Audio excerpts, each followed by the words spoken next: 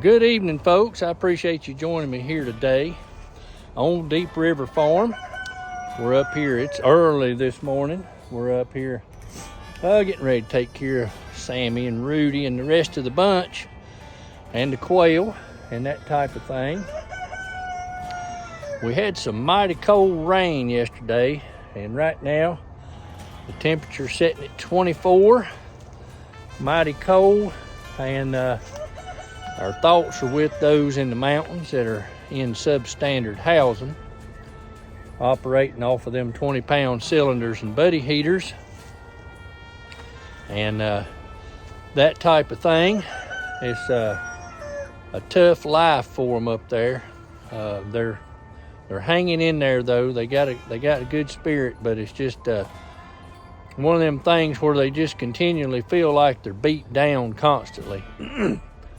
And we doing the best we can to help all we can and that type of thing. Well, I hope you had a chance to watch the video last night of 2,500 students that are homeless. Now, the key word in that video last night was students.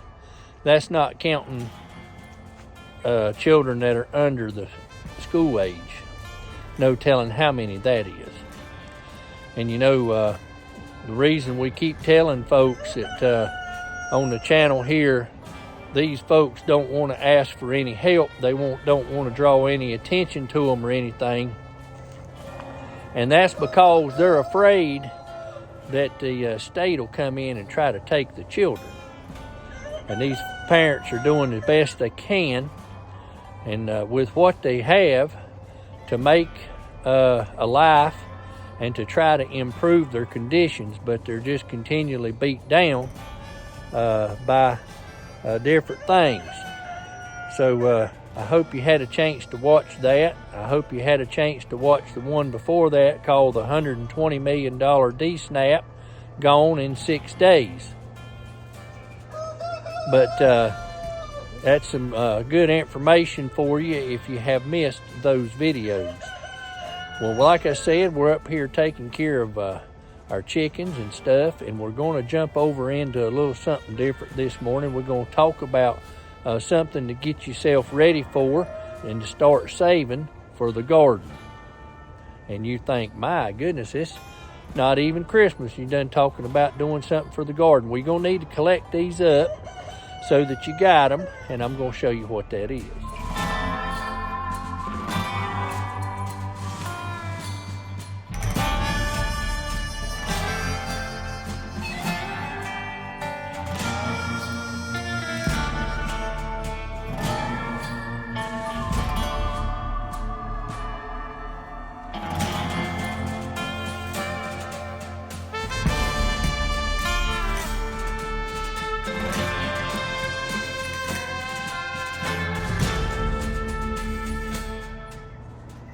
So folks, when it's extremely cold, I bring water up for my chickens. But I thought this would be a good time to show you what you need to start collecting for your garden if you're interested in getting an early start, a jump start, getting some early produce way ahead of everybody else, and having some good homegrown vegetables earlier, and be able to brag to your neighbors and stuff about how quick you got your garden stuff in. There's always a competition between people of who can get the first tomato and who can get the first set of squash and that type of thing. Well, this here is going to enable you to do it. You see that jug on the left, that one that says Chick-fil-A on it? You don't want to use that kind of jug. This jug right here on the right, I call it an opaque. It's a clear jug, but it's I call it fogged over. That's the way it's made. A lot of your milk products come in this right here. This is the kind of jug you want to save. And what we're going to turn that into is called a poor man's greenhouse, but this is what you need to start saving. And people say, well, I ain't going to need anything for a while. They take up a lot of room. Well, they do. Just collect them and wash them out real good and put them in your outbuilding. Maybe tie them up with a rope by the handles and hang them up on the outbuilding or something. They're not going to freeze and bust or anything, as long as they don't have any fluid in them. So you want to save that jug. Now, the reason you don't want to use this jug, is the sunlight penetrates that jug right there, and once the plant comes up, it literally creates sunburn on it because it acts as a magnifying glass. So you don't want to use that type. You want to use this type. And so start saving these jugs, save the caps and everything. And once we get enough of them, we're going to go ahead and we'll do a video on how to prep these jugs. And that way you'll be ready for winter sowing. If you want to look up on the internet what winter sowing is, that's what you put in.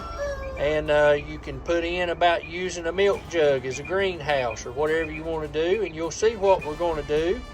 And we're going to show that here on Deep River Farm. I usually put mine out in the end of February.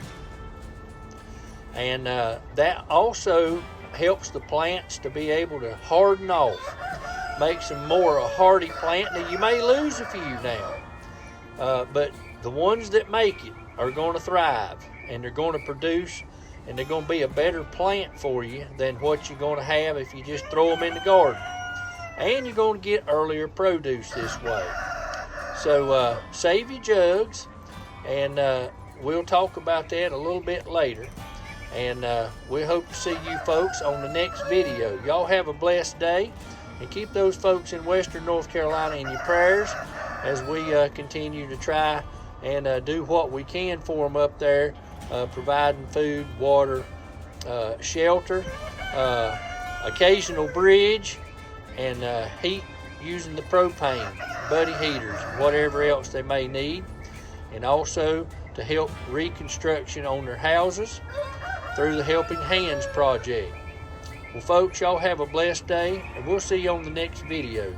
Save those milk jugs.